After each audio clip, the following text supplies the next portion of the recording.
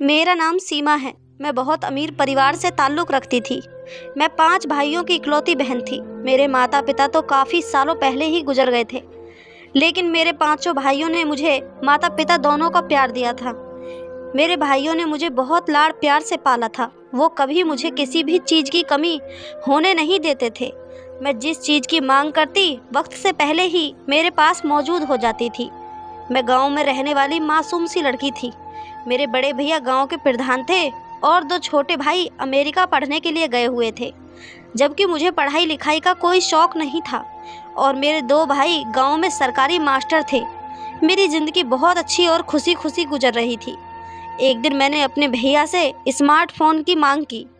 अक्सर मैं लोगों को देखा करती थी, आजकल सभी के पास मोबाइल हैं। लड़का हो या लड़की, सब मोबाइल का इस्तेमाल कर रहे थे। लोगों को देखकर मुझे भी मोबाइल चलाने की इच्छा होती थी, इसलिए मैंने अपने भैया से मोबाइल की डिमांड की। मेरे बड़े भैया ने फ़ौरन ही मुझे नया स्मार्टफ़ोन दिला दिया। नया मोबाइल फ़ोन देखकर मैं बहुत ज़्यादा खुश हो गई थी। मैंने सोशल मीडिया पर ही अपना अकाउंट बना लिया था।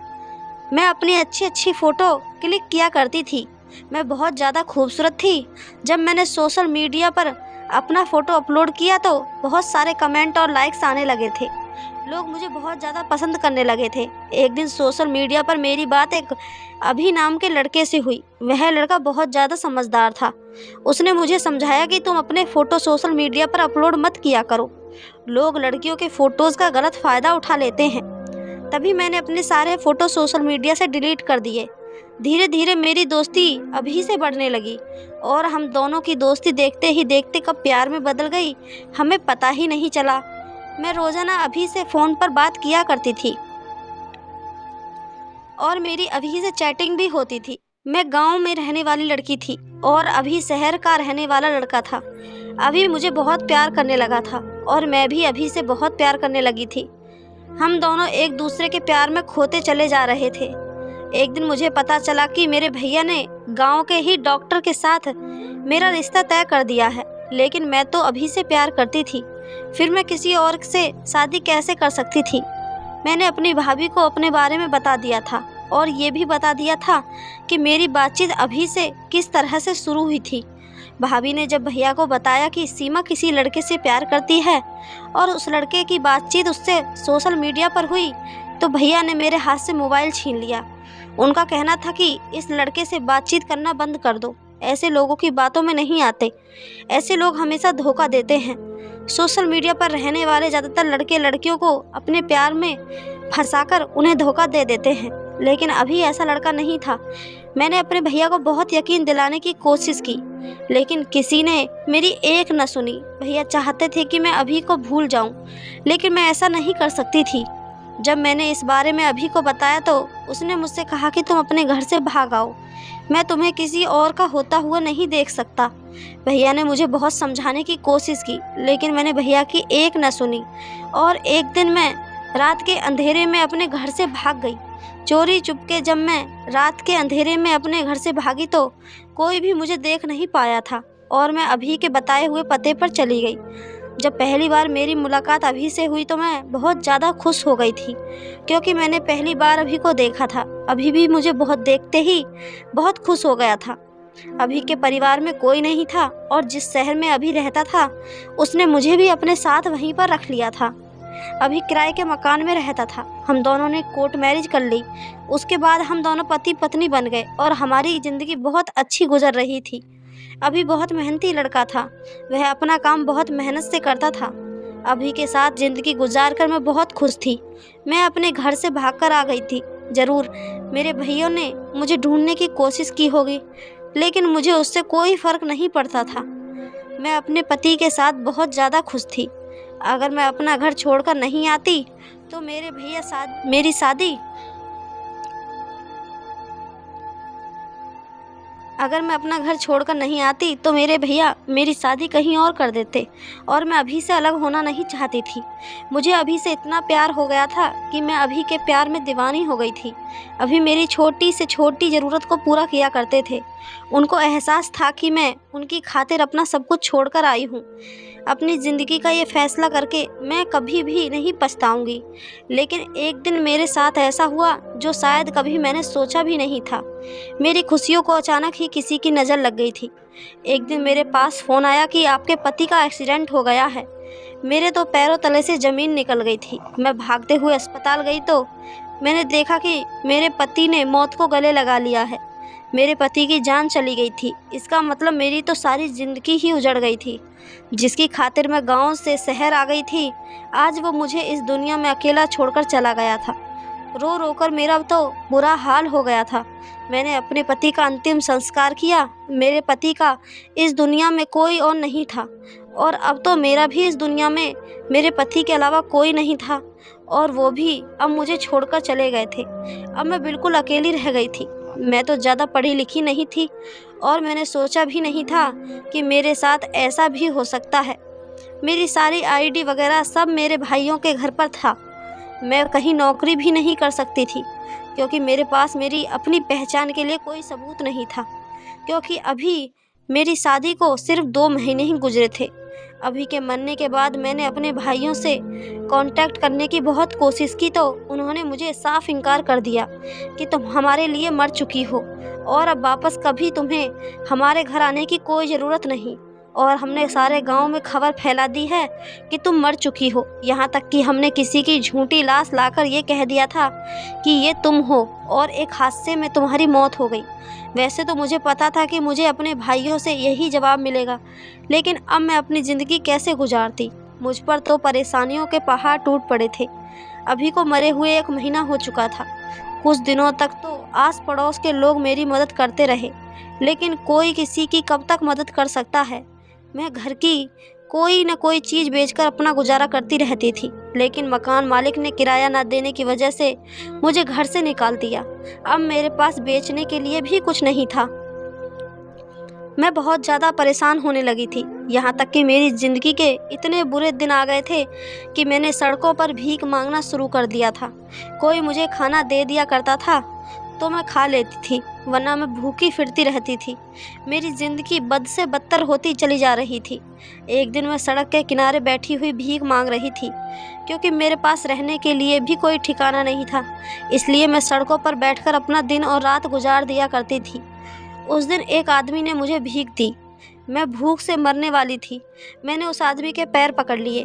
मैं कहने लगी कि साहब, मैंने 2 दिन से कुछ नहीं खाया है, प्लीज़ मुझे कुछ खाने के लिए दे दो। मैं बहुत ज़्यादा परेशान हूँ। मेरे पास रहने का कोई ठिकाना नहीं है। जहाँ पर मैं रहती थी वहाँ के मकान मालिक ने मुझे घर से निकाल दिया।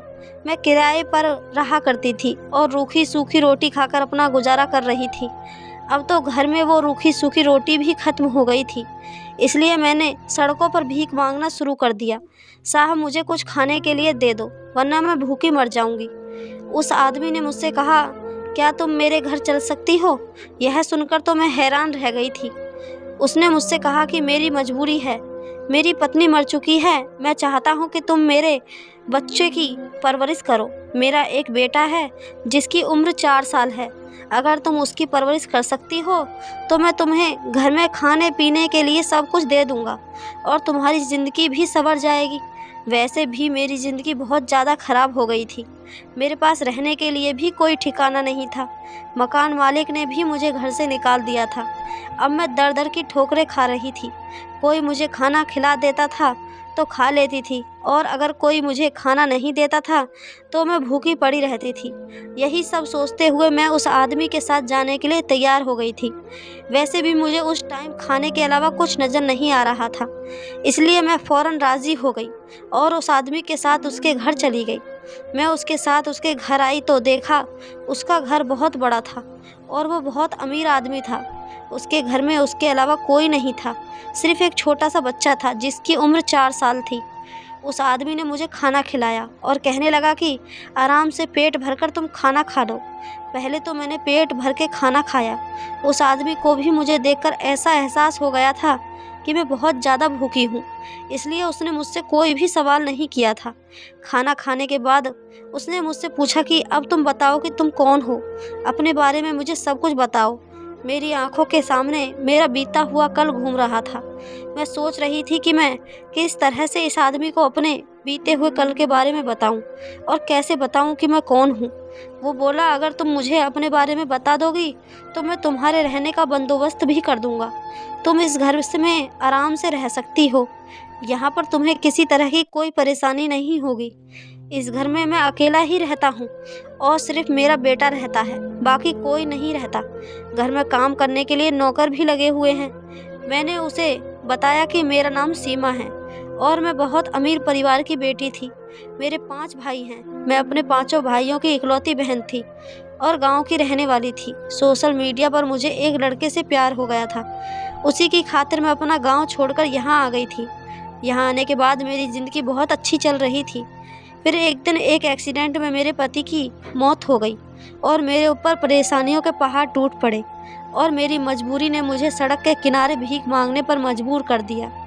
2 दिन से मैंने कुछ नहीं खाया था, इसलिए आपके पैरों में गिरकर आपसे भीख मांग रही थी।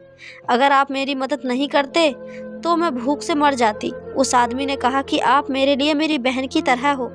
आप मेरे घर में आराम से रह सकती हो, लेकिन आपको इसके बदले मेरे बेटे की अच्छी तरह से परवरिश करनी होगी। मैं आपको खुश रखूँगा। मेरी पत्नी मर चुकी है, इसलिए मेरे बेटे की परवरिश नहीं हो पा रही। मुझे एक लड़की की ज़रूरत है जो मेरे बेटे को माँ बनकर पाल सके। उन्होंने मुझे अपने बेटे से मिलवाया और कहने लगे, ये मेरा बेटा है और इसका नाम अंश है। इसके पैदा होने के बाद ही इसकी माँ इसको छोड़कर चली गई थी। मैंने उस आदमी के बेटे को गोद में लिया और प्यार करने लगी और कहने लगी कि आज अगर मेरा बेटा होता तो वो भी इसके ही जैसा होता। शादी के 1 महीने बाद ही मैं भी प्रेग्नेंट हो गई थी, लेकिन मेरा मिसकैरेज हो गया था। इस वजह से मैंने अपने बच्चे को खो दिया। मैं आपसे वादा करती हूँ, मैं आपके बेटे को अपना बेटा समझकर ही उसकी परवरिश करूँगी। अंश का ख्याल रखने में मुझे बहुत खुशी मिलती थी। मेरी जिम्मेदारी सिर्फ इतनी थी कि मुझे अंश का ख्याल रखना था। टाइम पर खाना खिलाना, टाइम पर उसको सुलाना और उसके कपड़े वगैरह चेंज करना। बाकी घर के हर काम के लिए घर में नौकरानियां मौजूद थीं। एक दिन मैं सुबह उठी तो मैंने देखा कि अंश बिस्तर से गायब था। मैं उठकर बाहर आई और फिर मैंने साहब से पूछा कि साहब, अंश कहाँ है? वह अपने बिस्तर पर नहीं है। साहब ने मुझे बताया कि शाम तक वह घर वापस आ जाएगा। मैंने साहब से कई बार पूछा कि आखिर वो कहाँ पर गया है और शाम तक वह कहाँ रहेगा, लेकिन उन्होंने मुझे कुछ भी नहीं बताया। वह घर के मालिक थे, इसलिए मैं ज़्यादा उनसे जिद भी नहीं कर सकती थी, क्योंकि अगर वो मुझे घर से निकाल देते तो फिर मैं कहाँ जाती। रोज़ शाम के टाइम तक अंश घर पर आ जाता था और रात को जब मैं उसे सुला दिया करती थी और सुबह उठकर देखती तो अंश अपने बिस्तर से गायब होता था, लेकिन शाम को तो आ जाता था। मैं जब भी साहब से अंश के बारे में पूछती तो साहब मुझे कोई जवाब नहीं देते थे और कह दिया करते थे कि मैंने तुमसे कहा है ना कि तुम इस मसले से दूर रहो। इस बारे में तुम ज़्यादा जानने की कोशिश मत किया करो कि वह कहाँ पर जाता है। इस बात से तुम्हारा कोई लेना देना नहीं। तुम्हारा काम सिर्फ बच्चे की देखभाल और उसकी अच्छी परवरिश करना है। जो काम तुम्हें दिया गया है तुम बस वही करो। उसके बाद मैंने उनसे कुछ भी पूछना छोड़ दिया था। एक रात जब मैं अंश के साथ सो रही थी तो आधी रात में मेरी आंख खुली और मैंने देखा कि अंश बिस्तर पर ही मौजूद था। मैं जागती रही और अचानक ही किस टाइम मेरी आंख लग गई मुझे पता ही नहीं चला और सुबह को रोज़ की तरह अंश बिस्तर पर मौजूद नहीं था और मैं उठकर बाहर आ गई। मैंने बाहर आकर देखा तो साहब बैठे हुए थे और साहब मेरी तरफ पीठ किए हुए बैठे थे। मैं नंगे पैर बाहर आई थी, इसलिए साहब को मेरे कदमों की आवाज़ नहीं आई थी। साहब अपना फ़ोन चलाने में बिजी थे और मैं उनका हुलिया देखकर हैरान रह गई थी और डरने लगी थी। मैं वापस अपने कमरे में चली आई। इससे पहले तो मैंने कभी नहीं सोचा था कि साहब आखिर क्या काम करते हैं। मुझे तो सिर्फ अपने काम करने से ही मतलब था। मुझे तो इस घर में हर चीज़ मिल रही थी, इसलिए मैंने ज़्यादा इस बारे में सोचा नहीं था। लेकिन एक दिन मैंने वहाँ पर काम करने वाली नौकरानियों से साहब के बारे में पूछना शुरू किया। उनसे पूछा कि आखिर साहब क्या काम करते हैं, तो वहाँ की एक नौकरानी ने मुझे बताया कि साहब पुलिस इंस्पेक्टर हैं। यह सुनकर मैं हैरान रह गई थी कि मैं एक पुलिस वाले के घर में रह रही हूँ। मैंने सोचा कि तभी उन्होंने मेरी मदद की होगी।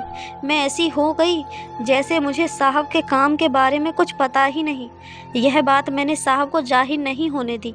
अगर उन्हें पता चल जाता कि मैं उनके बारे में सब जान गई हूँ तो ना जाने वो मेरे साथ क्या करते।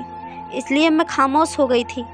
एक दिन मैंने साहब की टेबल पर एक फ़ाइल रखी हुई देखी। उस फाइल को उठाकर मैं अंदर कमरे में रखने जा रही थी कि तभी अचानक वो फाइल मेरे हाथ से गिर गई और उसमें से बहुत सारे पेपर्स निकल गए। मैंने उस पेपर्स को इकट्ठा किया, तभी मेरी नज़र फाइल में गिरे हुए एक फ़ोटो पर पड़ी। जब मैंने वो फ़ोटो देखी तो फ़ोटो देखते ही मेरे पैरों तले से ज़मीन निकल गई थी। वो फ़ोटो किसी और की नहीं बल्कि मेरे पति की थी। यह देखकर मैं हैरान रह गई थी कि मेरे पति की तस्वीर आखिर यहाँ पर क्या कर रही है। मैंने सोचा कि अगर साहब को पता चल गया कि मैंने फ़ोटो देख ली है या फिर ये पता चल गया कि इस फ़ोटो में जो आदमी है मैं उसकी पत्नी हूँ तो वो मुझे नहीं छोड़ेंगे। उस टाइम डर की वजह से मैंने जल्दी जल्दी सारी चीज़ें एक साथ ही इकट्ठी की और उस फाइल को तैयार करके साहब के कमरे में रखकर वापस आ गई थी। लेकिन अब मुझे डर लगने लगा था और सबसे बड़ी फ़िक्र की बात तो ये थी कि मुझे अपनी जान का खतरा हो गया था और इसके बावजूद भी मैं यहाँ से नहीं जा सकती थी क्योंकि इस घर के अलावा मेरा कोई ठिकाना नहीं था और मुझे उस बच्चे से प्यार हो गया था। मुझे ऐसा लगता था जैसे ये बच्चा मेरा ही है। इस बच्चे से मुझे दिली लगाव हो गया था और इसके अलावा मुझे इस फ़ोटो का राज भी जानना था। आखिर इस पुलिस वाले आदमी के पास मेरे पति का फ़ोटो कैसे आया।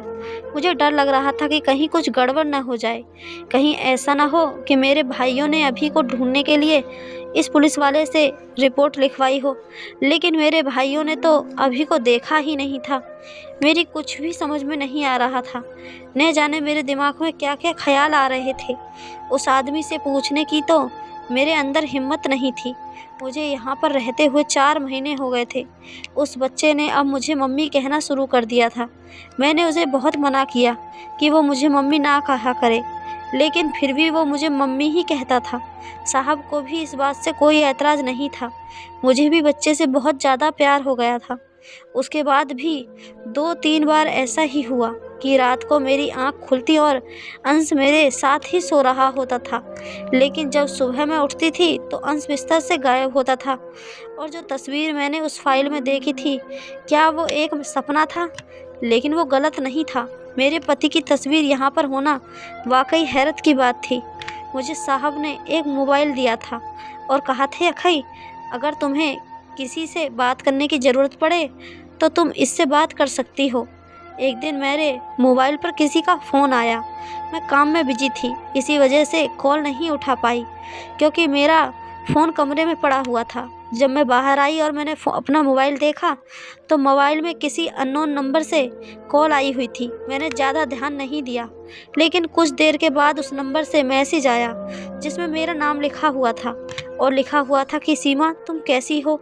मुझे बड़ी हैरत हुई कि आखिर कौन है जो मुझे मेरे नाम से जानता है। मुझे लगा कि शायद यहाँ की नौकरानियों में से कोई मेरे साथ मजाक कर रहा है,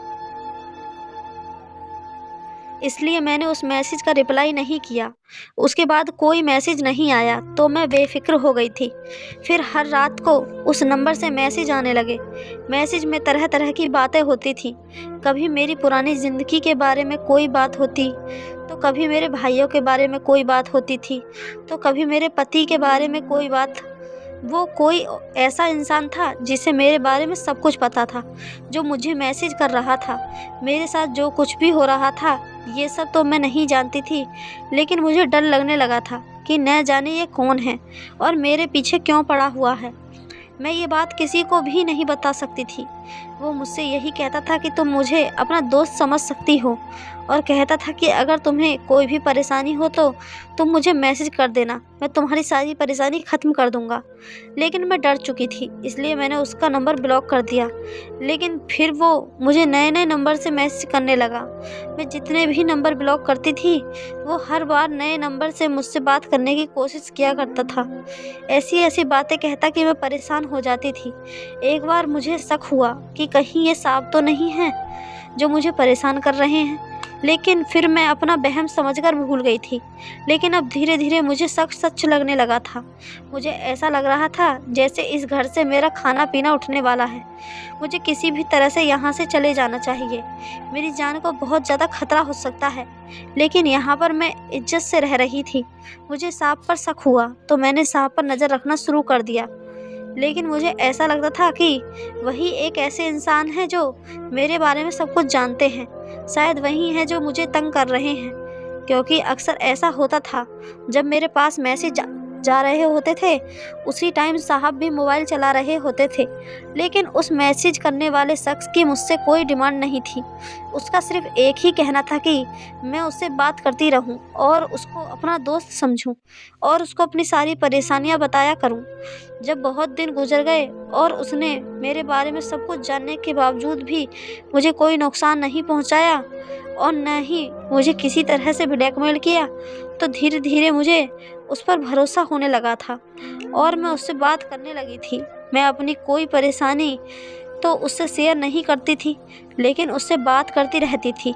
वो मुझसे इधर उधर की हंसी मजाक भी करता था और जब मैं उससे पूछती थी कि तुम्हें मेरे बारे में इतना सब कुछ कैसे पता, तो वो मेरे सवाल पर कोई जवाब नहीं देता था और अपने बारे में वह ये बताता था कि वह जॉब करता है और वो शादीशुदा भी नहीं है और उसका इस दुनिया में कोई नहीं है। इस दुनिया में मेरा भी तो कोई नहीं था, इसलिए मेरी उससे अच्छी दोस्ती हो गई थी। मैं कोशिश करती थी कि किसी के सामने उससे बात ना किया करूं, इसलिए मैंने उसको ये बात बता दी थी कि किसी के सामने उससे ज़्यादा बात नहीं कर सकती। इस बात पर उसने मुझसे कहा था कि कोई बात नहीं, मैं इस बात का ख्याल रखूँगा और अब हम रात को ही बात किया करेंगे। जब सब सो जाते थे तो रात को मैं देर तक उससे चैटिंग करती रहती थी। देर रात तक चैटिंग करने की वजह से सुबह को मेरी आँख नहीं खुलती थी और जब मैं उठती थी तो अंश भी नहीं उठा होता था। अब मुझे उससे बात करने की आदत हो चुकी थी। अंश के बारे में मैं उससे कुछ डिस्कस नहीं करना चाहती थी, क्योंकि ये मेरा राज था और मैं इस घर का राज किसी के साथ शेयर नहीं कर सकती थी, क्योंकि मैं इस घर का नमक खा रही थी। और वैसे भी वो कौन था, मैं उसको ज़्यादा तो जानती नहीं थी। पता नहीं जो कुछ उसने मुझे अपने बारे में बताया था वो सच भी था या नहीं, इस बारे में तो मैं नहीं जानती थी। मेरे लिए बस वो एक टाइम पास बन चुका था। वैसे भी मैं सारा दिन अकेले बोर होती रहती थी। अंश भी शाम को ही घर लौटता था और घर के काम भी नौकर किया करते थे, इसलिए उससे बात करके मेरा टाइम पास हो जाता था। 2-3 दिन से वह मुझसे कह रहा था कि वो मुझसे मिलना चाहता है, लेकिन मैं उससे मिलने के लिए तैयार नहीं थी, क्योंकि मैं घर से बाहर नहीं निकलती थी। उसका कहना था कि वो खुद मेरे घर मुझसे मिलने के लिए आएगा। मैंने उसकी बात को इग्नोर कर दिया, क्योंकि उसे नहीं पता था कि मैं कहाँ पर रहती हूँ। एक दिन शाम को अंश और साहब एक साथ घर से चलते हुए आए थे। साहब ने मुझसे कहा कि शाम के खाने का इंतज़ाम करो, क्योंकि मेरा बेस्ट फ्रेंड आज घर आ रहा है। मेरा फ्रेंड बहुत दिनों में मेरे घर आ रहा है, इसलिए मैं चाहता हूँ कि तुम अपने हाथ से उसके लिए टेस्टी खाना बनाकर तैयार करो। मैंने साहब से कहा कि ठीक है, मैं खाना बनाकर तैयार कर दूँगी। मैंने काफ़ी डिश तैयार की थी। 3 घंटे बाद ही बाहर से किसी के बोलने की आवाज़ आने लगी। मुझे लगा कि शायद मेहमान आ गए हैं। मैं अपने काम से इतनी बिजी हो गई थी कि उस फ़ोन वाले लड़के को भूल ही गई थी। उसने कहा था कि वो मुझसे मिलने के लिए आएगा। खाना तैयार करने के बाद जब मैं किचन से बाहर निकली तो नीचे हॉल में बैठे हुए इंसान को देखकर मेरे पैरों तले से ज़मीन निकल गई थी। मैं तो उसे देखती ही रह गई थी कि आखिर मेरे सामने कौन है। मैं दंग रह गई थी। मैं खुद को होश में लाने की कोशिश कर रही थी, लेकिन मुझे होश नहीं आ रहा था। कुछ देर के बाद मैं बेहोश हो गई और जब मुझे होश आया तो मैं अपने कमरे में बिस्तर पर लेटी हुई थी। साहब और वो इंसान मेरे बिस्तर के पास खड़ा हुआ था। वो इंसान कोई और नहीं बल्कि मेरा पति अभी था, जिसका क्रियाक्रम होते हुए मैंने अपनी आंखों से देखा था। मैं तो दंग होकर अभी की तरफ देख रही थी।